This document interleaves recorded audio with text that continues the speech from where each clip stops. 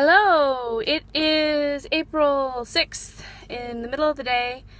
My kids attend a homeschool co-op where I also tutor or I substitute teach certain days, and of course today was the day I'm teaching, and we were expecting our broiler chickens to come in the mail, and I got the call in the middle of class that they're here, so we're breaking for lunch. The whole school is taking a break for lunch. So I have 1 hour to go to the post office, pick up the chicks, get them in the brooder, and then get back here before class starts again because my son is presenting a paper that he wrote and I don't want to miss his presentation. So here I am rushing around, going to get chicks and do the homeschool mommy life thing. So I'll show some more pictures of the chicks once I get them into their brooder. I got to the post office and I could hear the chicks from outside the door. I could hear them chirping. So they're in my van. Just got home. Now I need to run inside and turn on their heat lamps and make sure they have water and bedding and everything ready to go. Just checking to make sure everything's good before I take them out of the van and move them one more time. Hey chicks!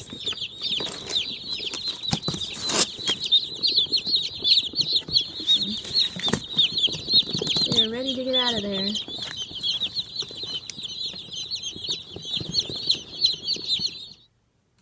I am filling their waterers with warm water, like just slightly warmer than room temperature water.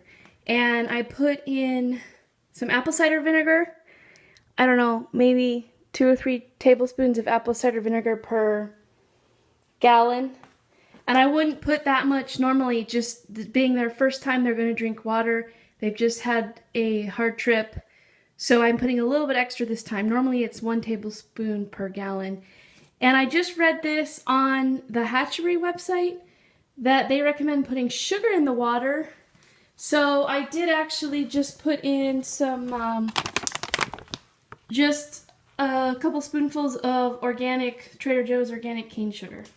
So like 2 tablespoonfuls in each gallon of water.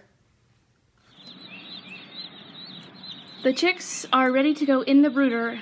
As I place them in, I'm going to dip their beak into the water, each one at a time, so they at least get a sip of water and learn where their water is.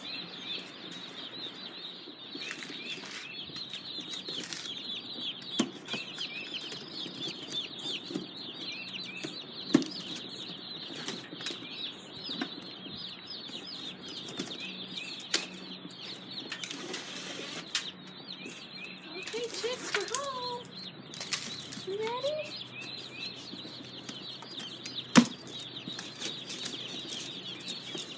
Hello. There's the chicks.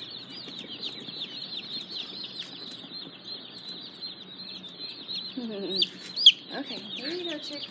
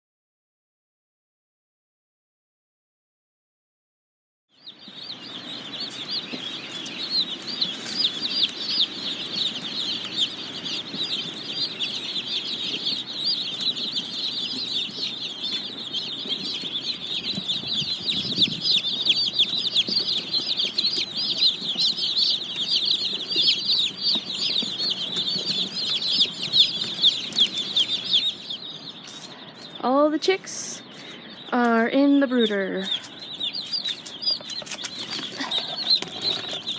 huddling under the lights.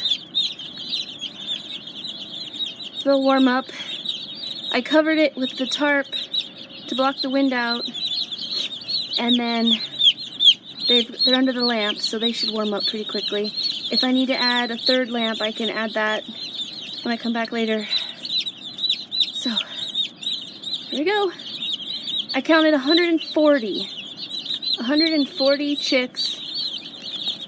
Plus one extra. They always send an extra that's some other breed, so there's that one extra. Don't know what it is, it's a surprise. So, gotta get back to school. And I made it back to the school in just under an hour and a half. So I was hoping I could be back in an hour, but I missed the first 30 minutes of the English class, and I hope I didn't miss my son's presentation. But let me rush in there and see if I can catch them. It is now Friday morning, the day after we got the chicks, and they seem to be doing just fine.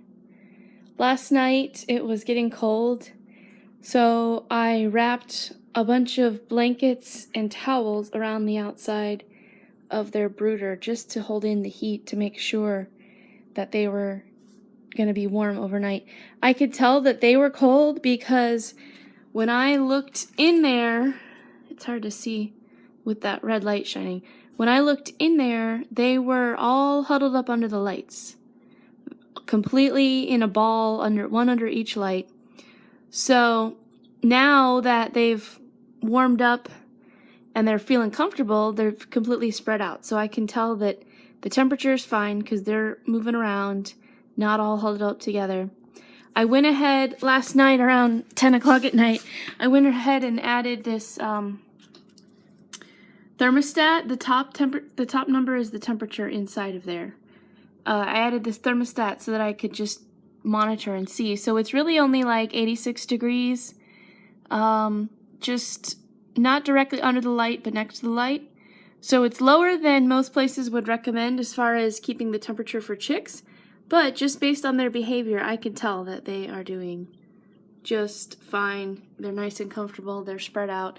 This is a really tight space for this number of chicks, but we're only planning on keeping them here for another week or so.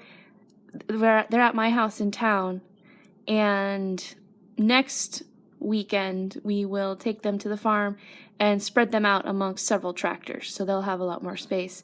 And then once they're big enough to go outside, they'll just be free-ranging outside and have the tractors to go up under when they need it.